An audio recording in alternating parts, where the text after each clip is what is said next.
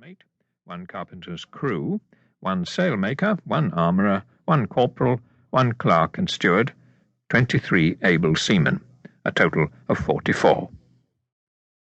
2 skilful and careful men were appointed, at Sir Joseph Banks' recommendation, to have the management of the plants intended to be brought home. The one, David Nelson, who'd been on similar employment in Captain Cook's last voyage, the other, William Brown, as an assistant to him. With these 2, our whole number amounted to 46. It was proposed that our route to the Society Islands should be round Cape Horn, and the greatest dispatch became necessary, as the season was already far advanced. But the shipwrights not being able to complete their work by the time the ship was ready in other respects, our sailing was unavoidably retarded. However, by the 4th of October, the pilot came on board to take us down the river. On the 9th, we fell down to Long Reach, where we received our gunners' stores and guns, 4 4-pounders, and 10 swivels. The ship was stored and victualled for 18 months. In addition to the customary allowance of provisions, we were supplied with sauerkraut, portable soup, essence of malt, dried malt, and a proportion of barley and wheat in lieu of oatmeal. I was likewise furnished with a quantity of ironwork and trinkets to serve in our intercourse with the natives in the South Seas, and from the Board of Longitude I received a timekeeper made by Mr. Kendall. On the 15th I received orders to proceed to Spithead, but the winds and weather were so unfavourable that we didn't arrive there till the 4th of November. On the 24th I received from Lord Hood, who commanded at Spithead, my final orders. The wind, which for several days before had been favourable, was now turned directly against us. On the 28th the ship's company received 2 months' pay in advance, and on the following morning we worked out to St. Helens, where we were obliged to anchor. We made different unsuccessful attempts to get down Channel, but contrary winds and bad weather constantly forced us back to St. Helens, or Spithead, until Sunday the 23rd of December, when we sailed with a fair wind.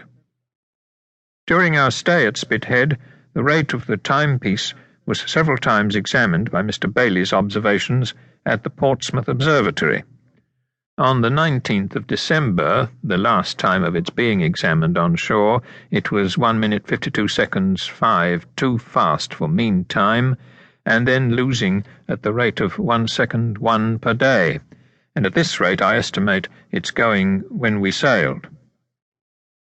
The object of all the former voyages to the South Seas undertaken by the command of His present Majesty has been the advancement of science and the increase of knowledge. This voyage may be reckoned the first, the intention of which has been to derive benefit from those distant discoveries. For the more fully comprehending the nature and plan of the expedition, and that the reader may be possessed of every information necessary for entering on the following sheets, I shall here lay before him a copy of the instructions I received from the Admiralty, and likewise a short description of the breadfruit.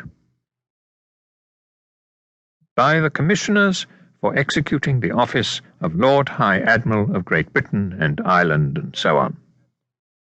Whereas the King, upon a representation from the merchants and planters interested in His Majesty's West India possessions, that the introduction of the breadfruit trees into the islands of those seas to constitute an article of food would be of very essential benefit to the inhabitants, hath, in order to promote the interests of so respectable a body of his subjects, especially in an instance which promises general advantage, thought fit that measures should be taken for the procuring some of those trees and conveying them to the said West India Islands.